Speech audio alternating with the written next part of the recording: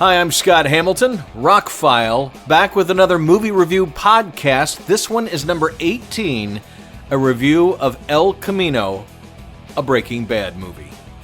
Or I guess it's a Breaking Bad movie.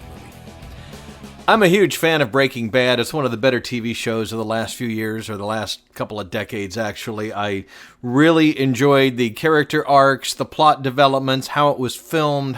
The whole thing was just a quality production from beginning to end. And when it ended, I thought it had a great ending. I was done with it. I moved on. I really haven't watched much of Better Call Saul. I mean, if you're a huge fan and you do, then I would highly recommend El Camino.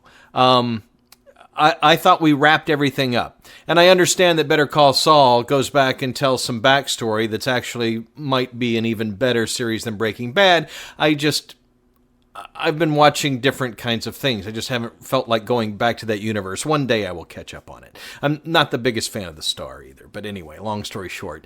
But I sat down Friday night and I watched El Camino because everybody was talking about it. And I am a huge Breaking Bad fan and I wanted to see it for myself.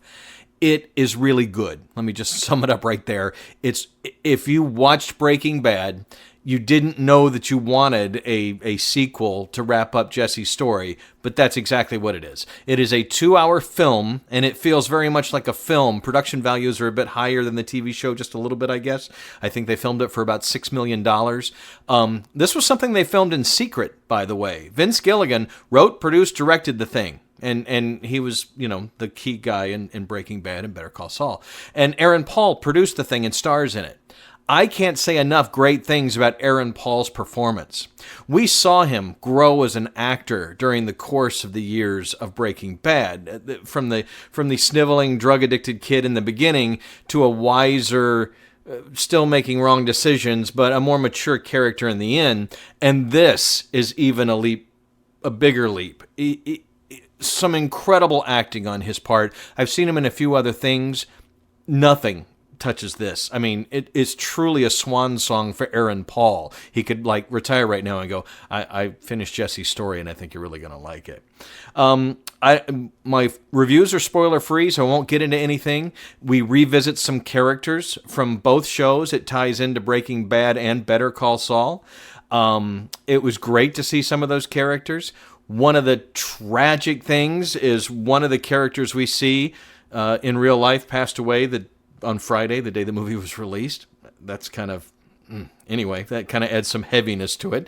But overall, I did enjoy the movie. I kind of went into it expecting more, I guess because it had been built up so much by the reviews and whatever. But then when I go back and think about Breaking Bad, it kept the tone of Breaking Bad. It feels like an extension of the series that we never really knew we wanted.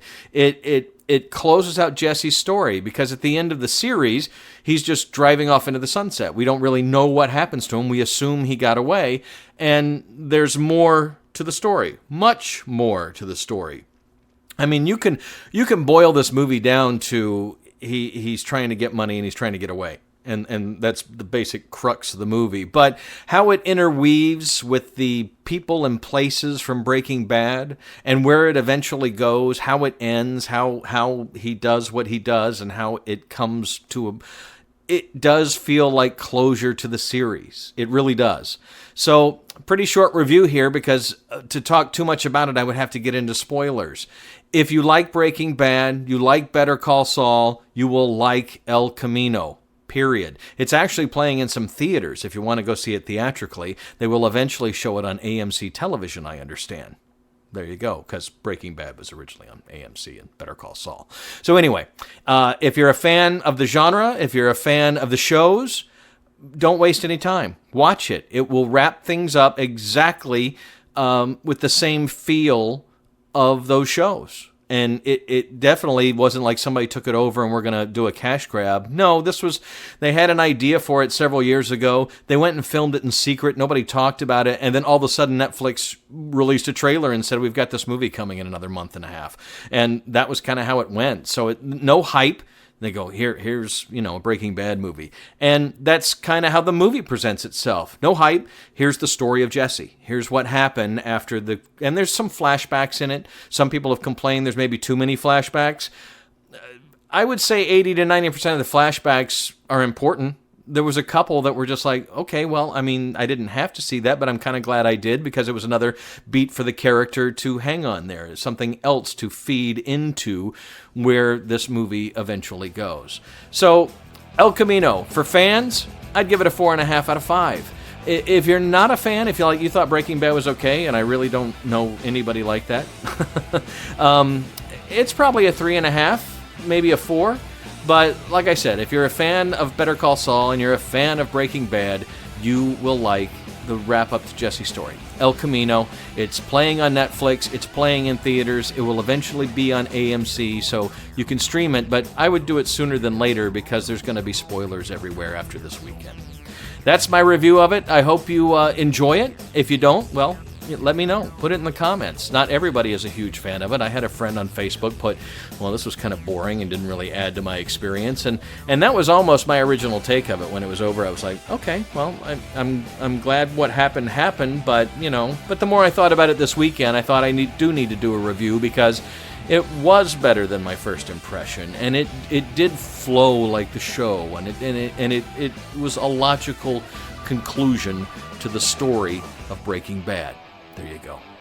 I'm Scott Hamilton, ROCKFILE. My website is therockfile.com. That has links to my radio stations, my online store. I'm sorry I still haven't got the doggy links up there, but you can look them up at the Archer Files. They're on Facebook and Instagram. They're cute dogs. You'll like the pictures. We took a really good one watching a movie last night. And so anyway, thanks for listening to this podcast. Really appreciate your support. Share, subscribe, let everybody know that, hey, this ROCKFILE guy is starting to put out a lot of podcasts. Thank you for listening.